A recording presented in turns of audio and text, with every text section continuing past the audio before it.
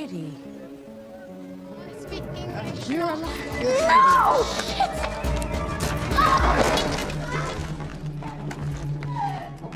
मिया एक सफल बचाव पक्ष की वकील है और उनके पति कैल अपनी शादी में परेशानियों का सामना कर रहे हैं।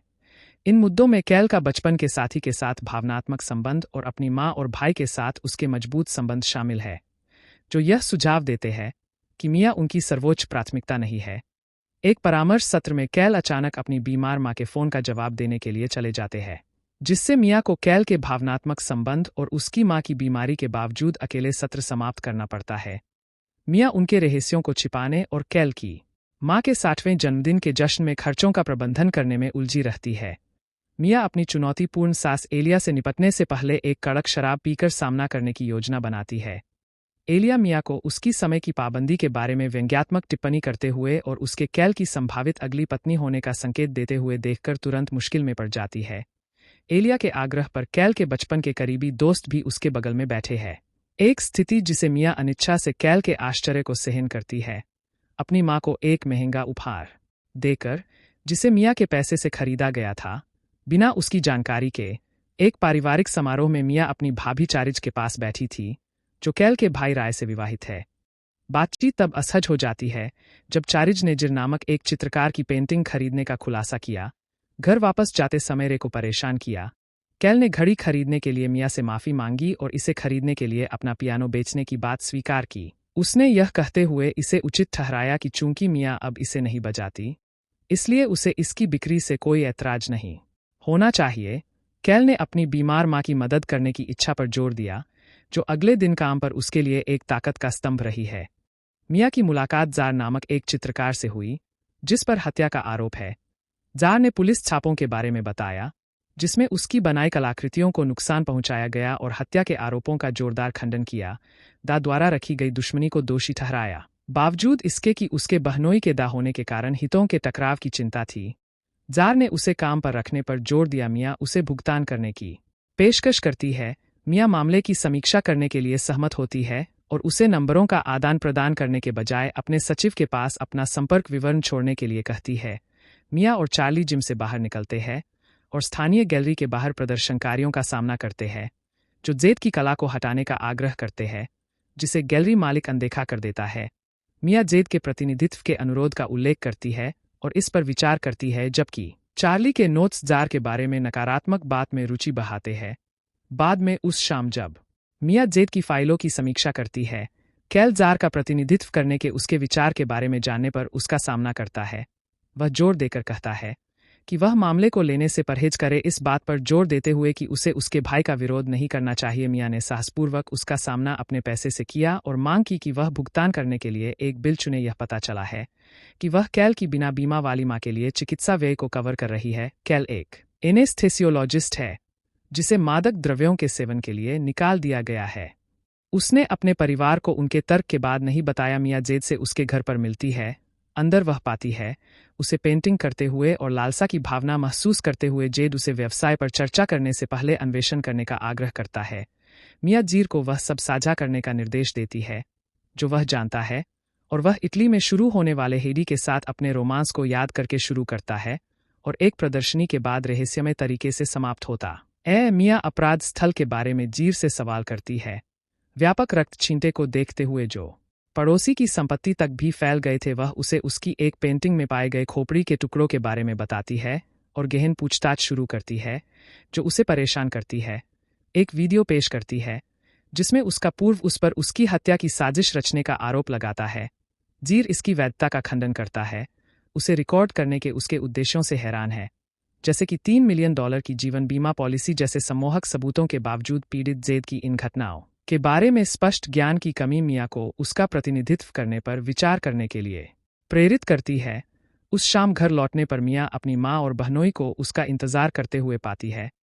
एलिया ने उनके लिए रात का खाना बनाया, लेकिन तनावपूर्ण माहौल, किसी ऐसे व्यक्ति के साथ भोजन साझा करना जो बिना बुलाए दुश्मनी रखता हो। राय ने मेयर पद के लिए अपनी उम्मीदवारी की घोषणा की। परिवार में तनाव बढ़ गया। वह अचानक मिया के बारे में जानने का संकेत देता है, संभावित रूप से जीर का प्रतिनिधित्व कर रहा है।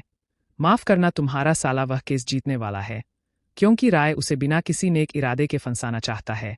जैसे महिलाओं की सुरक्षा या सार्वजनिक सुरक्षा, हालांकि वह उस रात अपने फैसले का खुलासा नहीं करती है। मिया अगले दिन जीर का प्रतिनिधित्व करने का विकल्प चुनती है। शाल एलिया और रे के लिए माफी मांगता है। जार के बारे में पता लगाने के लिए मिया चार्ली के इरादों पर सवाल उठाती है कि वह निराश है और एलिया की बीमारी और परिवार के बीच अपने गुस्से को छिपाने की कोशिश कर रही है। कलह मिया से उसके बचपन के दोस्त और एक भरोसेमंद निजी अन्वेषक जिमी मिलने आता है, जो उसके लिए परिवार जैसा है। उसके तनाव को महसूस करते हुए जिमी उसे टहलने ले जाता है। उसने नौकरी छूटने से पहले कैल की परेशानियों के बारे में मिया को सूचित किया था और वह बारीकी से निगरानी कर रहा है। मिया को समर्थन देने के लिए समर्पित स्थिति जिमी मेक्सिको में हेदी के परिवार को खोजने की कोशिश कर रहा है, लेकिन उन्हें सफलता नहीं मिल रही है। इस चर्चा के दौरान उसे मिया की झिझक का पता चलता है कि वह जेद का प्रतिनिधित्व करने में हिचकिचा रही है और उम्मीद करती है कि वह अपने ससुराल वालों के प्रति गुस्से के बजाय उसकी बेगुनाही पर विश्वास करके ऐसा कर रही है। मिया जज और राय के साथ एक बैठक में उसे अपनी दोषसिद्धि का भरोसा दिलाती है ताकि विवादों को संबोधित किया जा सके। राय मिया पर आरोप लगाता है कि वह द्वेष के कारण केस ले रही है। आश्चर्यजनक रूप से जज मिया को जार का प्रतिनिधित्व करने की अनुमति देता है, लेकिन अगर चीजें आगे चलकर गलत होती है तो उन दोनों को इसके परिणामों के बारे में चेतावनी देता है। जिमी जार से उसके चरित्र का आकलन करने के लिए बातचीत करता है। जिमी जेड के पूर्व भागीदारों में से एक का बयान सामने लाता है, जिसमें उनके गहन यौन मुठभेड़ों का वर्णन किया गया है, जहां जार ने आक्रामक व्यवहार प्रदर्शित किया था। जार का तर्क है कि मुठभेड़ें पारस्परिक और भावुक थीं, जबकि जार को देखते हुए जिमी ने उसे मुस्कुराते हुए देखा और गहन क्षणों को याद करते हुए उल्लेख किया कि उसने जार के साथ चीजों को समाप्त कर दिया था। एक साथी जो हेदी के साथ समान गतिविधियों के बारे में पूछे जाने पर तीव्रता को संभाल नहीं सका, जार ने इससे इनकार किया और उसके प्रति अपने गहरे प्यार पर जोर दिया। जार से पूछताछ करने और धोखे को महसूस करने के बाद जिमी और मिया दोनों ने जेद की ईमानदारी पर संदेह किया। जिमी ने मैक्सिको में आगे की जांच करने का फैसला किया, जबकि मिया ने जीर को एक विश्वसनीय छवि बनाए रखने की सलाह दी और संभावित ड्रग परीक्षणों के बारे में उसे आगाह किया। उनकी चर्चा में जीर ने हेदी के लिए अपने प्यार का इजहार किया, उसे चोट पहुंचाने से इनकार किया और पूर्व के बयान के महत्व को कम करके आका मिया ने जार को आश्वासन दिया कि जिमी कुछ दिनों बाद सच्चाई को उजागर करेगा। जिमी ने हेदी के परिवार या जन्म रिकॉर्ड खोजने में चुनौतियों का उल्लेख करते हुए अपनी खोज की प्रगति के बारे में मिया को अपडेट किया। बाधाओं के बावजूद जिमी खोज के लिए प्रतिबद्ध रहा। फिर मिया ने जीर से गैलरी के मालिक रेनी कार्टर के बारे में पूछा। जीर ने खुलासा किया कि रेनी ने उनके कला करियर का समर्थन किया और उन्हें प्रभावशाली लोगों से जोड़ा, लेकिन जब उन्होंने उसे किसी और के लिए छोड़ दिया तो वह कड़वी हो गई। सफलता प्राप्त करना जेड मिया के साथ एक व्यक्तिगत संबंध स्थापित करने की कोशिश करता है, लेकिन वह बातचीत को वापस मुख्य विषय पर ले जाती है।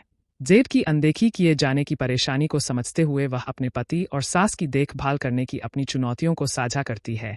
जार इस पल का फायदा उठाता है और मिया को कला के माध्यम से अपनी वैवाहिक भावनाओं को व्यक्त करने के लिए प्रोत्साहित करता है।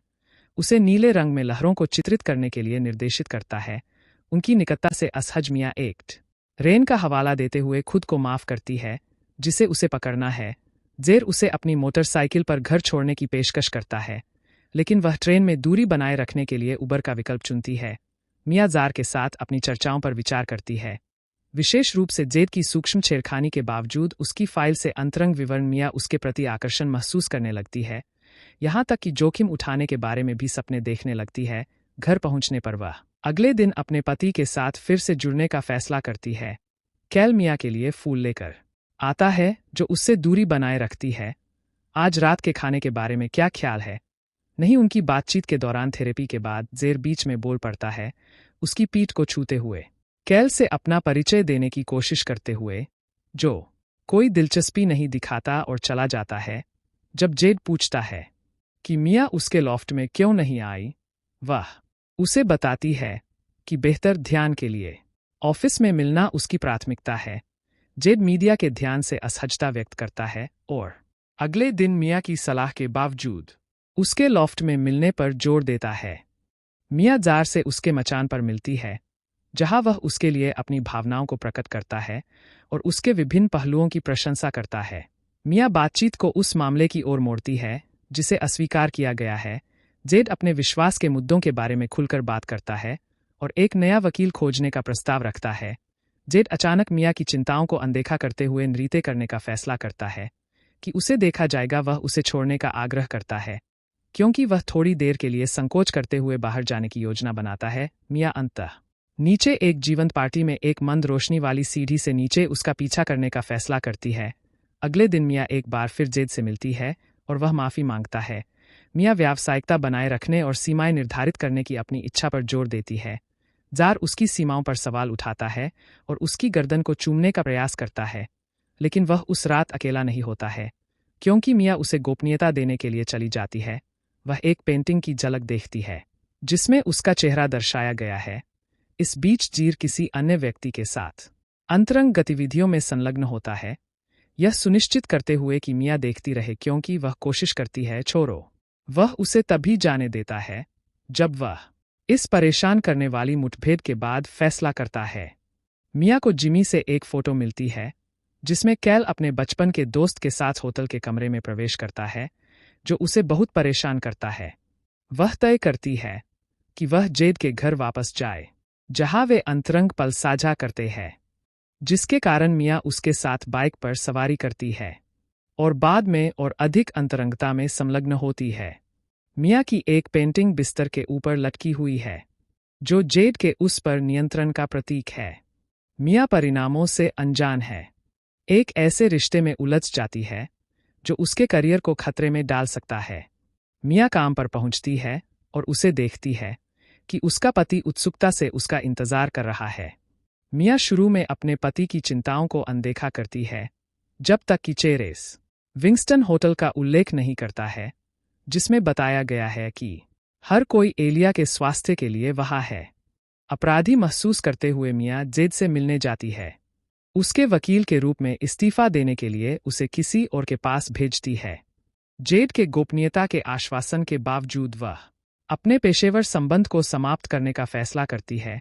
रेनी मिया को जियर के चालाकी भरे पैटर्न के बारे में पता चलता है, जिसमें महिलाओं को नियंत्रित करने के लिए कला का इस्तेमाल शामिल है। रेनी का अकाउंट मिया के जेड के साथ अनुभव को दर्शाता है, जिसमें चित्रों को चित्रित करने और उन्हें अपने बिस्तर के ऊपर लटकाने की इसी तरह की रणनीति अपनाई जाती है।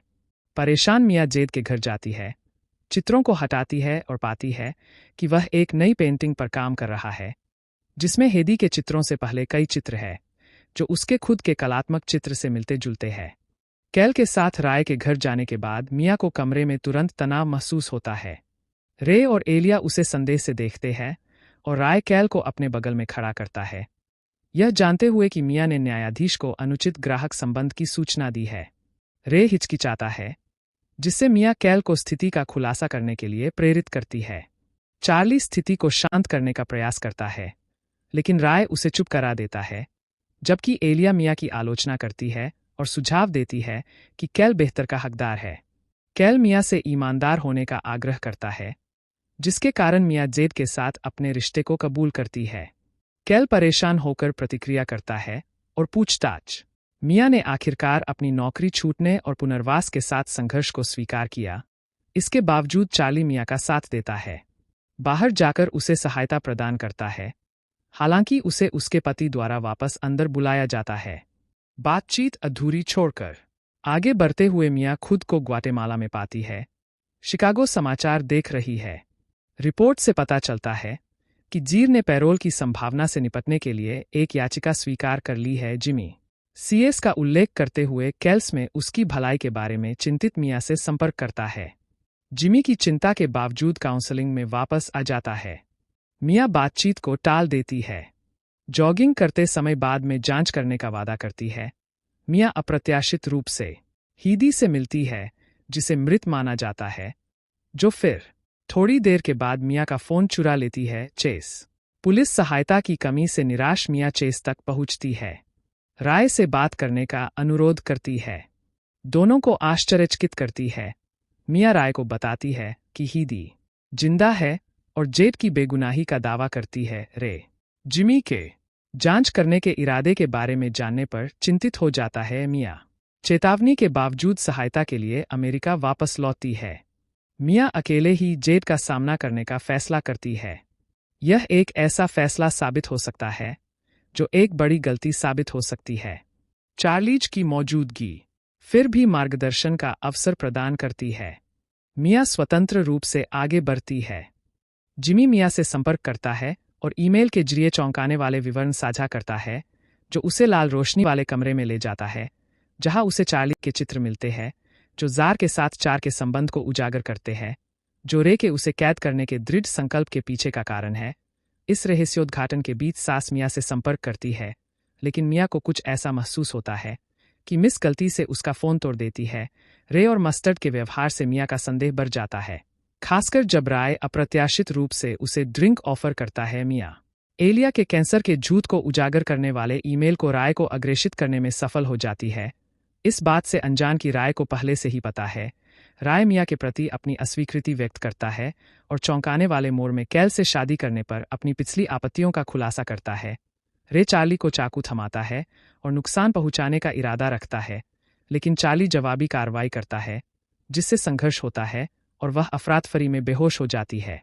मिया मस्टर्ड का सामना करती है और लॉ ने मस्टर्ड को घर से भागने से पहले वश में कर लिया। राय ने उस पर बाहर हमला किया, लेकिन मिया एक पिकअप ट्रक में भाग गई। राय, मस्टर्ड और लॉ ने ट्रक से चिपके हुए उसका पीछा किया, क्योंकि मिया ने उसे एक पेड़ से टकरा दिया और पैदल भाग गई और एक कार को देखा। मिया को एहसास हुआ कि यह कैल है।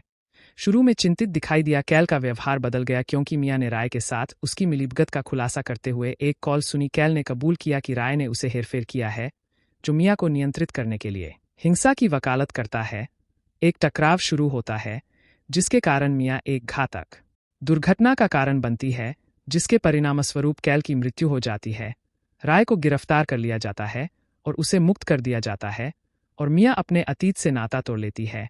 जेड के संपर्क करने के प्रयासों को अनदेखा करते हुए वह अपना फोन फेंक देती है, जो उथल-पुथल से आगे बढ़ने के उसके निर्णय का प्रतीक है।